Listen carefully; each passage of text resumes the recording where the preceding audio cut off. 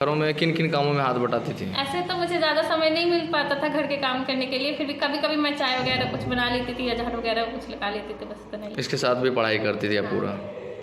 सफ़र के दौरान कितने घंटे पढ़ाई किया था आपने? क्या कुछ मेहनत थी आपकी? जब मैंने इसके लिए प्रिपरेशन शुरू किया था तो मुझे ज़्यादा टाइम नहीं मिल पाता था, क्योंकि मेरा 10 बजे से 2 बजे तक कॉलेज रहता था और मुझे जाने आने में भी आधा घंटा वैसे वेस्ट हो जाता था जाने आने में। तो रात को जो टाइम मिलता था उसमें मैं पढ़ती थी 3-4 घंटे। फिर जब जैसे जैसे टाइम और करीब आते गया तो लगा कि और ज़्यादा इसमें मेहनत करने की ज़रूरत है, तो मैं मतलब देर रात तक भी पढ़ती थी। पहले तो मैं उतना देर तक नहीं पढ़ पाती थी, जिसकी वजह से मेरे मम्मी पापा भी जगह रहते थे। जब तक मैं पढ़ती थी तो घर पे सब जगह रहते थे। तो फिर जब मेरी पढ़ाई खत्म हो जाती, पापा बोलते भी थे कि अब कल पढ़ना हो गया ऐसे करके। इसकी वजह से मेरी तबीयत भी बहुत ख़राब हो जाती थी जगने की वजह से।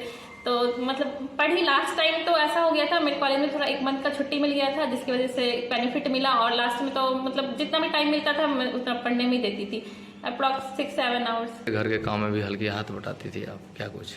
हाँ, मतलब मुझे ज़्यादा टाइम नहीं मिल पाता, क्योंकि मैं दिन भर तो कॉलेज में रहती थी और शाम को आती थी तो मैं अपना पढ़ाई करती थी।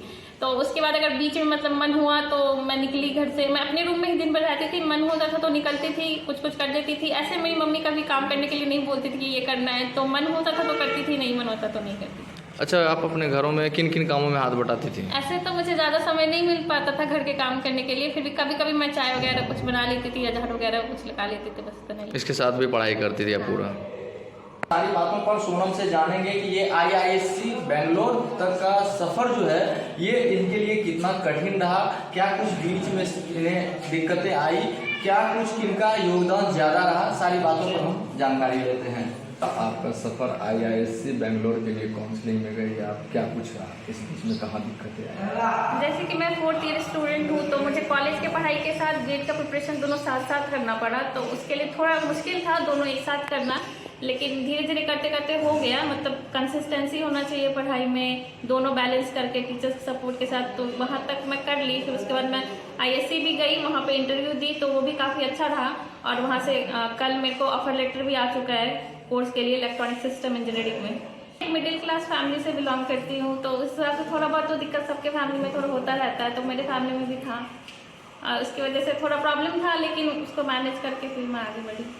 तो अब आगे क्या करने का सपना है आपका? ISc में मेरा सिलेक्शन हो गया है, तो मैं वहाँ से हार्डवेयर इंजीनियर बनना चाहती हूँ।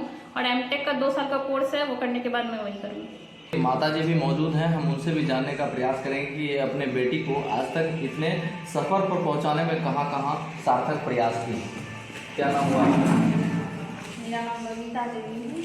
आपकी बेटी आज IISc बेंगलोर के लिए काउंसलिंग में गई थी और अच्छा सब कुछ हुआ है, इस सफर तक पहुंचा है, कितना साथ दिया आप लोगों ने? आगे साथ तो दे ही रहे हैं और आगे तक देंगे, ऐसा नहीं है कि साथ नहीं देंगे, तो आगे बढ़ी है तो साथ देना ही है। जब बच्ची मेरी अच्छी मतलब सब काम मतलब अच्छा हो रहा है, गर्व महसूस हो रहा है कि छोटे से परिवार से बिलोंग करके मेहनत करके अपना पढ़ाई पूरा किया। तो हम लोग के लिए बहुत गौरवनीय बात है कि सफ़र में पहली दफ़ा गेट का परीक्षा पास करना, बहुत सारे गार्जियन और बहुत सारे विद्यार्थी, छोटे किसान होने के नाते या बिजनेसमैन होने के नाते बहुत सारे कठिनाई हुई।